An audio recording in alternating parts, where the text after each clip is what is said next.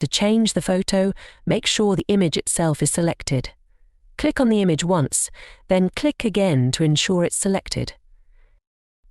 Then right-click on the image and select Format Object. After that, in the Format Picture section on the right, click on Fill and Line. From the Fill section, select Picture or Texture Fill. Navigate to the folder containing your image, click on it to select it, and then insert it. To add an image to your resume, go to the Insert tab, select Shapes, and draw a circle while holding Shift.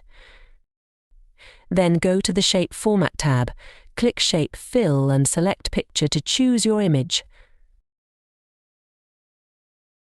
If the image has an outline, click Shape Outline and select No Outline.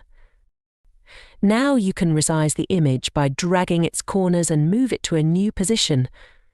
To delete the image, select it and click on the Delete button.